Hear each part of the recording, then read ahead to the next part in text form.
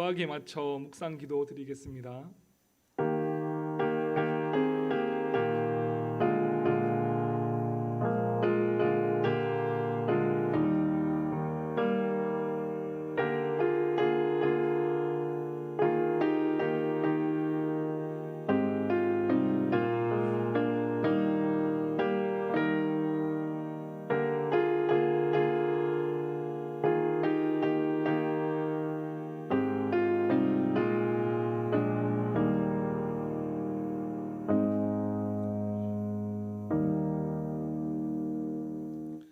다 같이 사도신경으로 신앙 고백하겠습니다. 나는 전능하신 아버지 하나님 천지의 창조주를 믿습니다.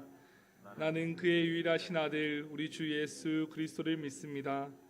그는 성령으로 잉태되어 동정녀 마리아에게서 나시고 본디오 빌라도에게 고난을 받아 십자가에 못 박혀 죽으시고 장사된 지 사흘 만에 죽은 자 가운데서 다시 살아나셨으며 하늘에 오르시어 전능하신 하나님 편에 앉아 계시다가 거기로부터 살아있는 자와 죽은 자를 심판하러 오십니다.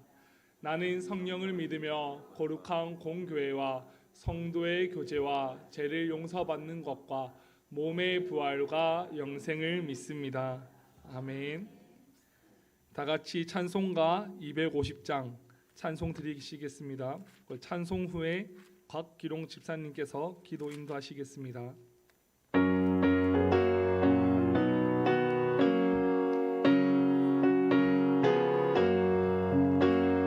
구주의 십자가 보혈로 제 씻음 받기를 원하네. 내 죄를 씻으신 주 이름 찬송합시다.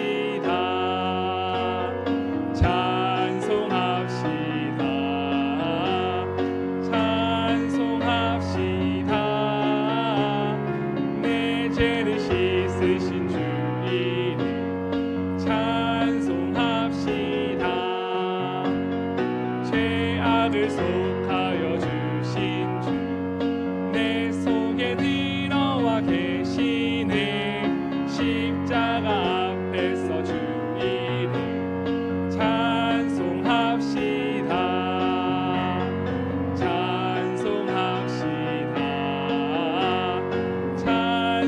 찬송합시다. 내 죄를 씻으신 주 이름 찬송합시다. 주 앞에 흐르는 생명수 날 씻어 정하게 하시네. 내 기쁨 정성을 다하여 찬송합시다.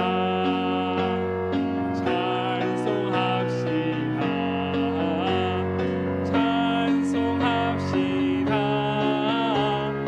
내 죄를 씻으신 주 이름 찬송합시다.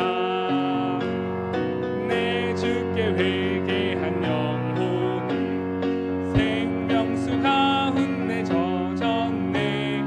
힘없고 순전한 주 이름 찬송합시다.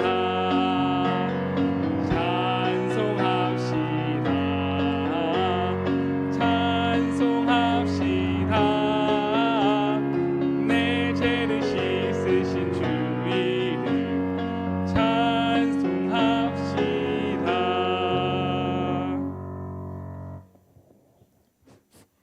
은혜가 충만하시는 하나님 아버지, 지난 3일 동안도 주님의 십자가의 은혜 속에서 평안함과 안식을 누리면서 지내다가 이 시간 주님께 예배와 기도의 시간을 주심에 감사드립니다.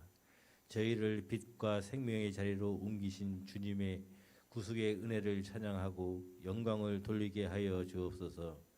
저희가 세상에서 살면서 알게 모르게 많은 죄를 지었습니다. 이 시간 고백하고 회개하오니 십자가의 보혈로 깨끗하게 씻어 주시옵소서.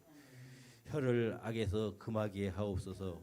악을 버리고 선을 행하게 하여 주시고 화평을 찾아 따르게 하여 주옵소서. 지금 담임 목사님 기도 사역 중에 계십니다. 목사님 기도하는 모든 제목들 아버지께서 들어 응답하여 주시고 성령 충만함도 부어 주옵소서.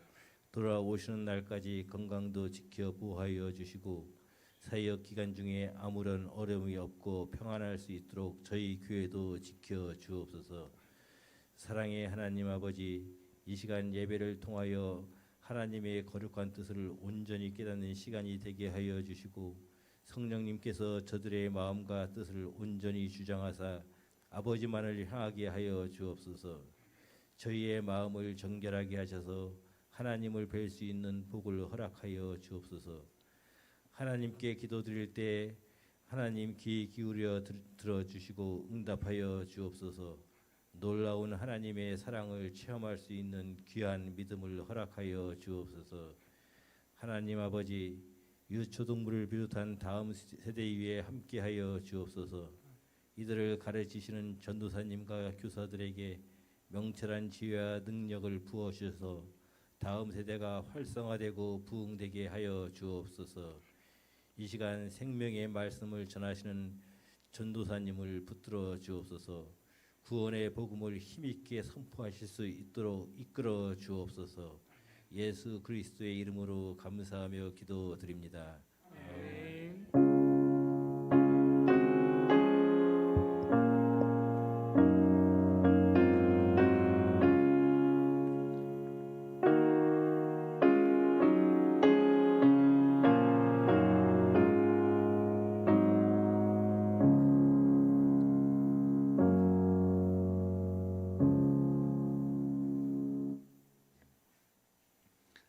하나님이 주시는 말씀은 로마서 1장 8절에서 15절까지입니다. 로마서 1장 8절에서 15절까지입니다. 신약 성경 239페이지입니다.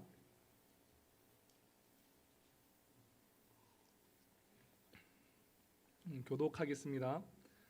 먼저 내가 예수 그리스도로 말미암아 너희 모든 사람에 관하여 하나님께 감사함은 너희 믿음이 온 세상에 전파됨이로다.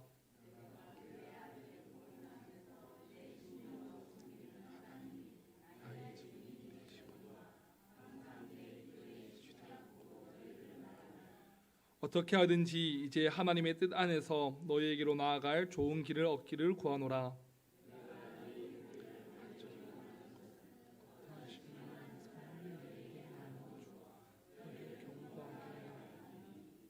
이는 곧 내가 너희 가운데서 너희와 나의 믿음으로 말미암아 피차 아니함을 얻으려 함이라.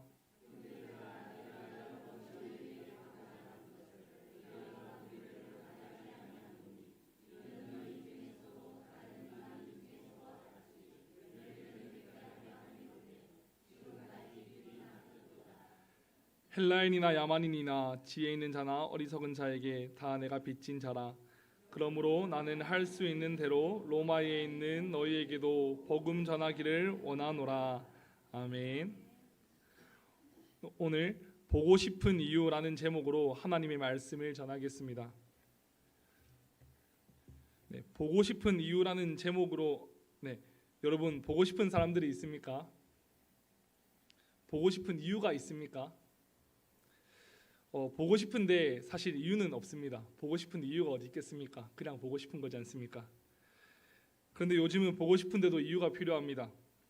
오랫동안 만나지 못했던 사람이기 때문에 보고 싶기도 하고, 또 내가 정말 좋아하는 사람인데 못 봐서 보고 싶기도 하고, 또는 내가 돈을 빌려주었는데 그 사람이 갚지 않고 한동안 잠수, 연락이 없어서 보고 싶기도 합니다. 저는 작년 8월에 왔다가 돌아갔을 때 하익교회 유초등부 친구들, 중고등부 친구들, 그리고 또 수련회를 섬겨주셨던 많은 성도님들, 그리고 또 목사님 너무 보고 싶었습니다. 진짜 보고 싶었습니다. 보고 싶었던 이유는 아까 이야기했듯이 이유는 없습니다. 너무 보고 싶었습니다. 사랑에 빠져버린 것이죠. 지금도 그렇습니다. 믿어주시기 바랍니다. 오늘 본문에서는 사도 바울이 로마 교회 성도들을 보고 싶다고 이야기하고 있습니다. 사도 바울이 왜 한 번도 가본 적 없는 로마 교회 성도들을 보고 싶다고 하는지 살펴보고자 합니다. 우리 한번 8절 같이 읽어보겠습니다. 시작. 먼저 내가 예수 그리스도로 말미암아 너희 모든 사람에 관하여 내 하나님께 감사함은 너희 믿음이 온 세상에 전파됨이로다. 아멘. 8절에서 바울 사도는 감사 인사를 하고 있습니다. 고대에는 편지를 쓸 때 수신자에게 복을 비는 말과 또 감사하는 말을 확실하게 전하는 것으로 시작을 했습니다. 이것은 고대 편지를 쓸 때 전통이고 관습이었습니다. 사도 바울도 이 전통에 따라서 1절부터 7절까지는 복을 비는 말들을 하고, 그리고 이어서 로마에 있는 그리스도인들 그리고 성도들에 관한 좋은 소식에 대해 감사를 전하고 있습니다. 바울은 온 세상에 전파된 로마 교회의 믿음이 감사하다고 말하고 있습니다. 여기서 사도 바울의 신앙의 수준과 인격이 드러나는 것 같습니다. 우리는 상대방이, 다른 사람이 나 말고 누군가가 잘 되거나 또는 성공하고 있는 것을 볼 때, 그런 소식을 들을 때 어떻습니까? 좀 배가 아프지 않습니까? 그래서 우리는 나 너무 잘 됐다, 축하한다 라고 앞에서는 이야기하지만 뒤로 돌아서 그 자리에서 지나고 나면은 저 자식이 이렇게 하고 납니다. 그래서 속담에 사촌이 땅을 사면 배가 아프다, 사촌이 땅을 사면 배가 아프다라는 말이 있습니다. 다른 사람이 잘 되면은 시기와 질투가 난다고 하는 것입니다. 그것이 내가 아닌 다른 사람만 그런 것이 아니라 우리의 본 모습입니다. 그러나 바울 사도는 로마 교회의 성도들이 잘됨이 나에게 감사라고 하는 것입니다. 우리는 언제 감사합니까? 내가 잘 될 때, 내가 목표한 것들을 성취했을 때 감사하지 않습니까? 무엇인가를 잃었을 때 감사하지 않습니까? 그러나 바울은 예수 그리스도로 말미암아서 감사하다고 말하고 있습니다. 우리의 감사의 이유는 다름 아닌 예수 그리스도입니다. 예수 때문에 감사하고, 예수 때문에 기도할 수 있고, 예수 때문에 기뻐할 수 있는 것입니다. 예수 그리스도 때문에 우리의 감사가, 나의 목표가 나를 뛰어넘어서 하나님의 목표가 우리의 감사가 되기를 원합니다. 복음이 전파되는 것이 우리의 감사가 되기를 간절히 소망합니다. 이어서 바울은 정말 로마 교회에 가고 싶었다고 이야기하고 있습니다. 9절 한번 같이 읽어보겠습니다. 시작. 내가 그의 아들의 복음 안에서 내 심령으로 섬기는 하나님이 나의 증인이 되시거니와 항상 내 기도에 쉬지 않고 너희를 말하며. 아멘. 내가 진짜 너희를 만나고 싶어. 이 마음을 하나님께서 잘 알고 계셔. 의심이 된다면 하나님께 물어봐 라고 할 정도로 바울은 확실하게 내가 너희를 정말로 보고 싶었다고 지금 이야기를 하고 있습니다. 그러니 10절에 내가 너희를 빨리 보고 싶으니까 내가 너희들에게 나아갈 수 있게 너희들이 기도 좀 해주세요. 너희들이 기도 좀 해줘. 당신들이 기도를 좀 해주세요. 이렇게 부탁을 하고 있습니다. 바울이 왜 로마 교회에 가려고 하는 것일까요? 한 번도 본 적이 없는 로마 교회 성도들이고, 또 저번 주에 바울이 로마의 교회를 세우지 않았다고 이야기했습니다.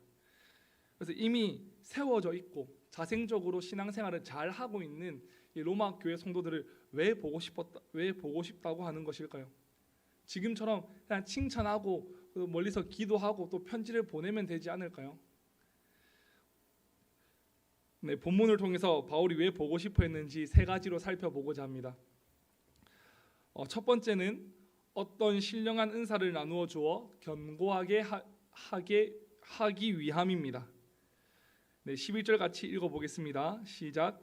내가 너희를 보기를 간절히 원하는 것은 어떤 신령한 은사를 너희에게 나누어 주어 너희를 견고하게 하려 함이니. 아멘. 여기서 어떤 신령한 은사라는 것이 나옵니다. 이것을 어떻게 이해하고 받아들이냐에 따라서 입장 차이가 좀 생깁니다. 어떤 학자들은 이 어떤 신령한 은사를 바울의 실질적인 재능 또는 은사라고 주장합니다. 그래서 치유하는 능력, 귀신을 내쫓는 능력, 방언하고 그리고 예언하는 것들로 이해하기도 합니다. 그러나 우리는 그렇게 이해해서는 안 됩니다. 우리는 이것을 성령님께서 바울에게 주시는 어떠한 능력을 바울이 로마 교인들에게 나누어 주기 바라는 것으로 이해해야 됩니다. 그러니까 이 신령한 은사를 어떠한 능력으로만 이해하는 것이 아니라 이 신령한 은사를 통해서 나누어 주기 원한다라고 이해를 해야 되는 것입니다. 왜냐하면 바울 사도는 아직 로마 교회에 방문해 보지 않았기 때문에 로마 교회 성도들에게 어떠한 구체적인 은사가 필요한지, 어떠한 것들이 필요한지 잘 몰랐습니다. 그리고 이 신령한 은사, 이 은사는 사람에게서 나갈 수 있는 것이 아닙니다. 이 은사는 성령님을 통해서 성령님께서 믿는 자들에게 선물로 주시는 것이기 때문입니다. 그래서 본문에서 사용된 이 신령한 은사를 방언이니 축기니 이런 것으로 정의하거나 이해해서는 안 된다는 것입니다. 그럼 우리는 이 신령한 은사에 집중하는 것이 아니라 그것이 무엇이든 그것의 목적이 로마 교회 성도들의 믿음을 견고하게 하는 것에 집중해야 하는 것입니다. 우리 13절 같이 읽어보겠습니다. 시작. 이는 다시 읽겠습니다. 12절입니다. 12절 시작. 이는 곧 내가 너희 가운데서 너희와 나의 믿음으로 말미암아 피차 아니함을 얻으려 함이라. 아멘. 바울은 이 견고하게 하는 것이 바로 이것이다라고 설명하는데, 이것은 믿음으로 말미암아 피차 아니함을 얻는 것입니다. 성도 간의 교제에서 나오는 복을 이야기하고 있는 것입니다. 너와 내가 예수님을 믿음으로 예수님 안에서 믿음을 통해서 위로와 격려를 얻는 것이 우리의 믿음이 견고해지는 것이라고 사도 바울은 이야기하는 것입니다. 놀라운 것은 사도 바울과 같은 사람이 다른 사람에게 일방적으로 위로와 격려를 보내는 것이 아니라 그도 다른 성도들에게서 위로와 격려를 받기 원한다는 것을 알 수 있습니다. 바울조차 다른 그리스도인들에 의해서 위로와 격려를 받기 원하는데 하물며 우리는 어떻겠습니까? 교회 안에서 다른 성도와 교제를 할 때 어떻습니까? 늘 위로와 격려를 받으십니까? 저는 올해로 신학과 4학년입니다. 이제 신학과 4학년입니다. 근데 제가 신학과 동기들과 또는 선배들과 후배들과 같이 교제를 할 때 제가 늘 위로와 격려를 얻고 또 힘을 얻고 돌아갈까요? 아니면 다른 동기들과 다른 신학과 친구들이 저를 통해서 늘 위로와 격려를 얻고 돌아갈까요? 그렇진 않습니다. 저희 신학과 저희들끼리 하는 말이 가장 은혜가 필요한 자들을 여기에 못 안았다고 합니다. 무슨 말이냐고 하면은 다 이상한 놈들이라는 겁니다. 다 정상적이지 않다는 말입니다. 그렇습니다.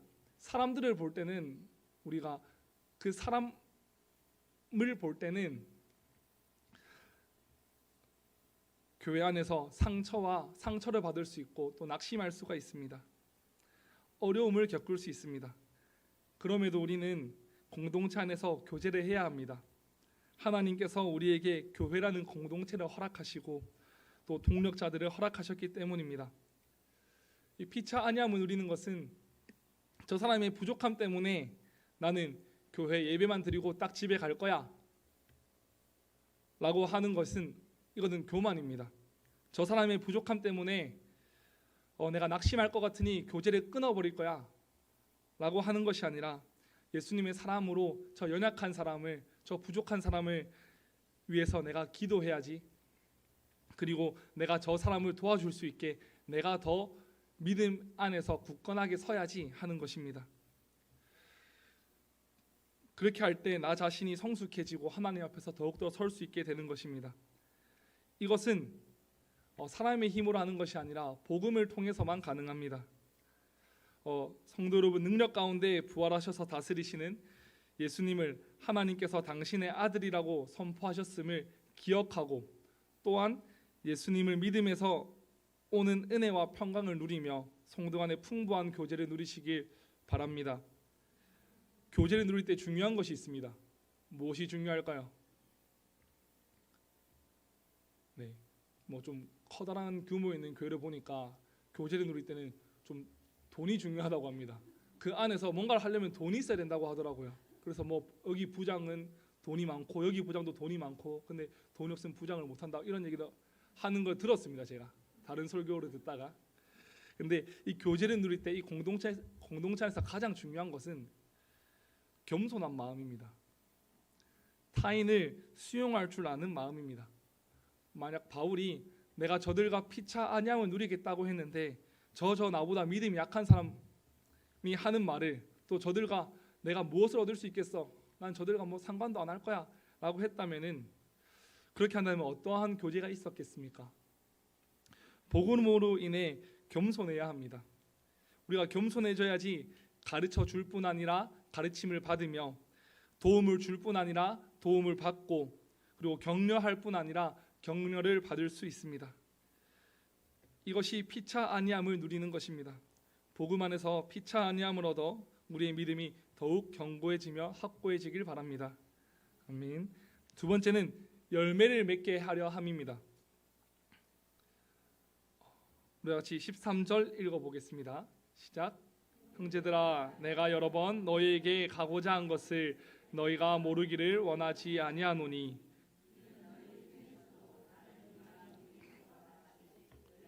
맺게 함이로되 지금까지 길이 막혔도다. 아멘. 여기서 말하는 이 열매는 복음을 전하는 전도자가 맺는 결실입니다. 열매 맺는다는 것은 두 가지 측면으로 이야기할 수 있습니다. 먼저는 교회 안에서 추수하기를 원한다는 것입니다. 로마 교회 성도들의 믿음이 견고하여지는 것을 의미하고 있습니다.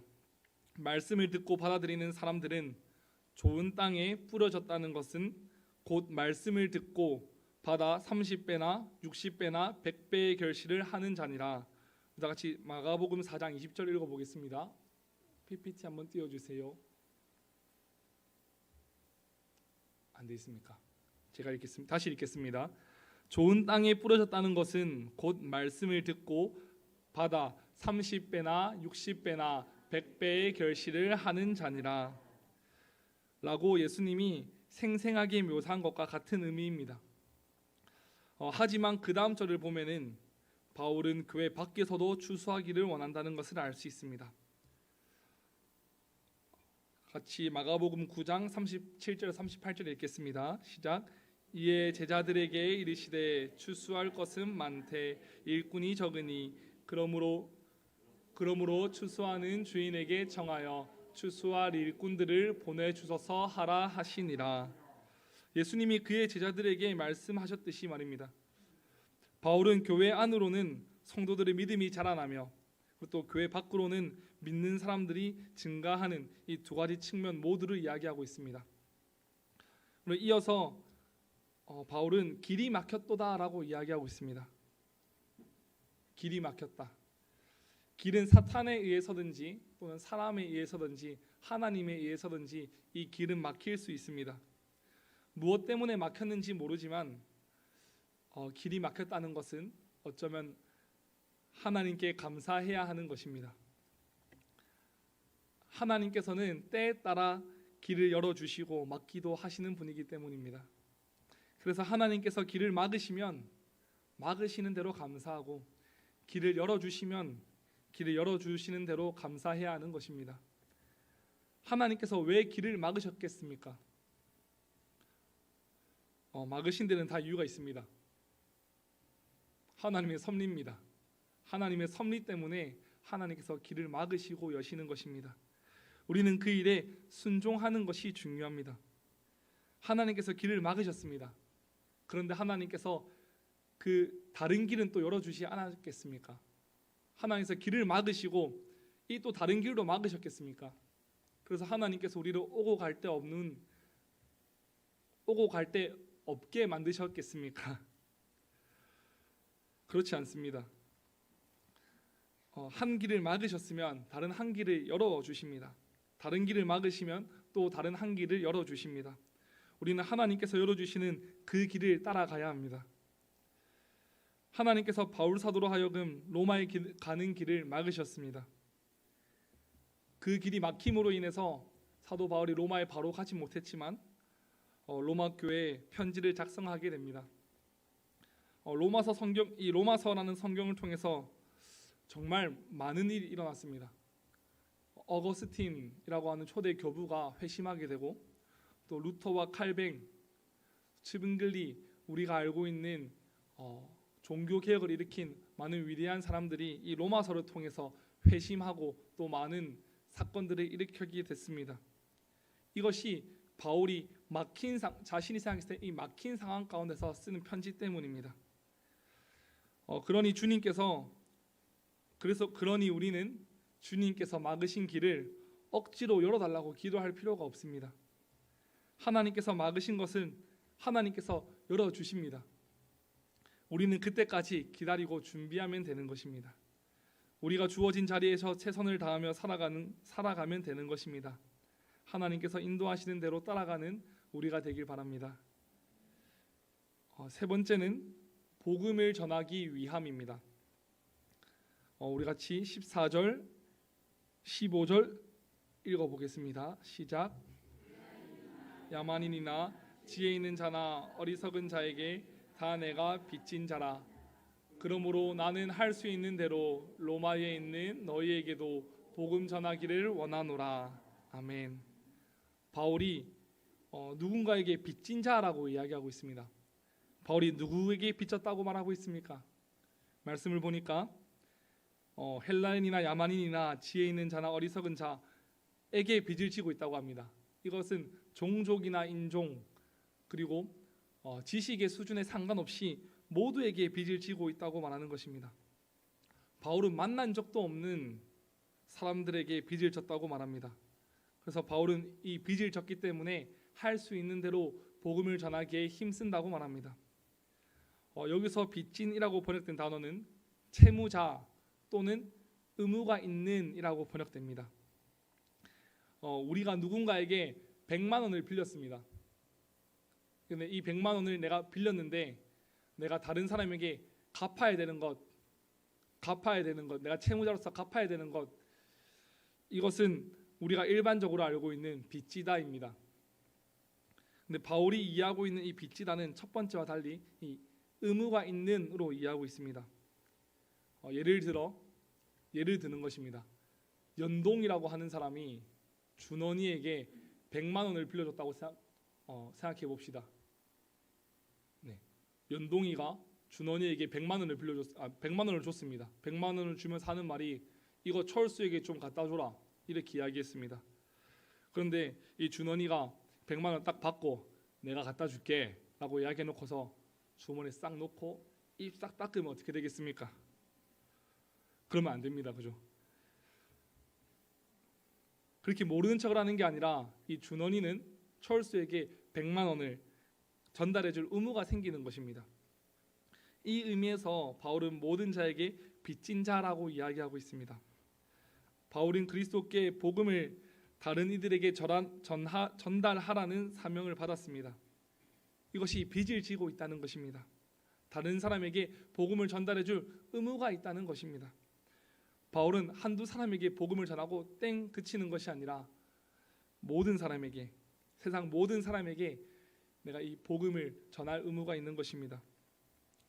아까 예를 들었듯이 준원이가 철수에게 100만 원을 갚지 않는 것은 연동이와 약속을 저버린 것이죠. 그렇죠? 그리고 그 100만 원을 중간에서 가로채는 것입니다. 어떻게 보면 횡령한 것이죠. 마찬가지입니다. 복음을 빚진 자가 복음을 전하지 않는 것은 직무유기입니다.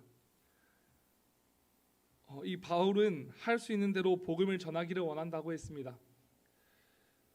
그리고 실제로 바울은 할 수 있는 대로 자신의 몸을 불살라가면서 복음을 전하는 일에 게을리하지 않았습니다. 이 바울은 복음의 빚진 자의 심령으로 복음을 전했습니다. 이 빚진 자가 주지 않는다면 도대체 누가 받겠습니까? 이 복음을 빚진 우리가 복음을 전하지 않는다면 누가 복음을 들을 수 있을까요? 이 바울이 복음을 빚지고 있다고 한 것이 바울에게만 해당되는 것일까요? 우리는 바울처럼 사도로 부르심을 받진 않았습니다. 그렇지만 이것은 우리와 전혀 상관없는 이야기는 아닙니다. 우리 다 같이 마태복음 28장 19절에서 20절 같이 읽겠습니다. 시작. 너희는 가서 모든 민족을 제자로 삼아 아버지와 아들과 성령의 이름으로 베풀고 내가 너희에게 분부한 모든 것을 가르쳐 지키게 하라. 볼지어다 내가 세상 끝날까지 너희와 항상 함께 있으리라. 아멘. 사도행전 1장 8절입니다. 오직 성령이 너희에게 임하시면 너희가 권능을 받고 예루살렘과 온 유대와 사마리아와 땅끝까지 이르러 내 증인이 되리라 하시니라. 아멘. 우리도 복음의 빚진 자입니다. 그리스도 때문에 우리는 복음의 빚진 자입니다. 그의 복음 때문에 우리는 빚졌습니다. 그의 이름 때문에 우리는 빚졌습니다. 빚진 우리들이 복음을 전할 때 예수님께서 영광을 받으십니다. 우리가 복음을 전하는 것은 다른 무엇 때문이 아니라 나의 영광을 위해서가 아니라 나의 목표를 성취하는 그것이 아니라 예수님을 위한 것입니다. 그래서 우리는 사람들에게 복음을 들려주고 또 복음으로 나아오게 하는 일에 초대받았습니다. 결론을 맺고자 합니다.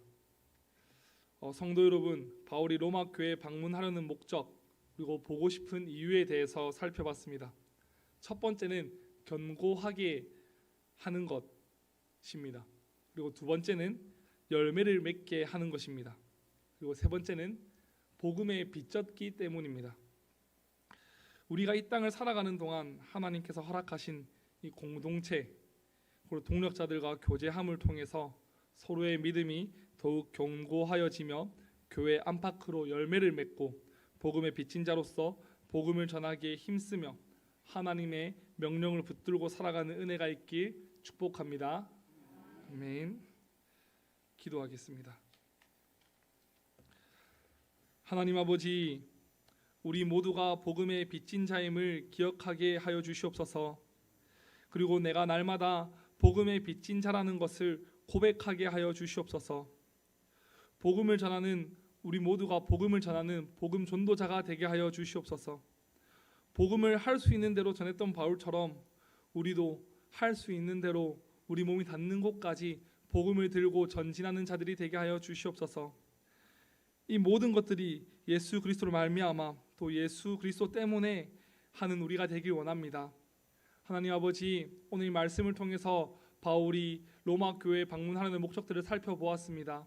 우리가 성도들과 또 이 교회 안에서 예수 그리스도를 믿는 믿음으로 말미암아서 서로 교제하며 그리고 위로와 격려를 받는 저희들이 되게 하시며 그것들을 통하여서 저희 믿음이 더욱더 견고하게 하여 주시옵소서. 하나님 아버지, 저희들이 주의 말씀 붙들고 나아갑니다. 저희와 함께하여 주시고 주님 홀로 영광 받아 주시옵소서. 감사합니다. 사랑합니다. 예수님 이름으로 기도합니다. 아멘. 광고 전하겠습니다. 담임 목사님은 현재 기도 사역 중에 있으십니다. 담임 목사님을 위해 기도해 주시고 담임 목사님이 안 계시는 동안에도 우리 성도님들 새벽 기도와 모든 봉사 그리고 섬김의 자리를 잘 지켜주시기 바랍니다. 두 번째는 태신자 작정에 많이 동참해 주셔서 감사드립니다. 우리 교회에서는 가족 이웃 초청 주일이 매우 귀한 중요한 사역입니다. 우리 성도님들이 다 함께 참석하셔서 협력하여 선을 이룰 수 있기를 바랍니다. 그러면 주님이 가르쳐 주신 주기도문으로 수요 기도회를 마치겠습니다. 하늘에 계신 우리 아버지여, 이름이 거룩히 여김을 받으시오며 나라가 임하시오며 뜻이 하늘에서 이루어진 것 같이 땅에서도 이루어지이다. 오늘 우리가 우리에게 죄 지은 자를 사하여 준 것 같이 우리 죄를 사하여 주시옵고 우리를 시험에 들게 하지 마시옵고 다만 악에서 구하옵소서. 나라와 권세와 영광이 아버지께 영원히 있사옵나이다. 아멘.